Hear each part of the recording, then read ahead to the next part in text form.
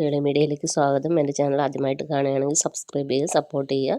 അപ്പം നമുക്ക് ഇഷ്ടം എന്ന സീരിയലിൻ്റെ നെക്സ്റ്റ് വീക്കിലെ പ്രൊമോയിലേക്ക് പോയാലോ. നെക്സ്റ്റ് വീക്കിൽ കാണിക്കുന്ന ആകാശ് അവിടെ മീറ്റിംഗ് അടുത്ത് ആകാശ് പൊട്ടി തകരുകയാണ്. മഹേഷ് അവിടെ വിജയശ്രീയായി ഇങ്ങനെ വരികയാണ്.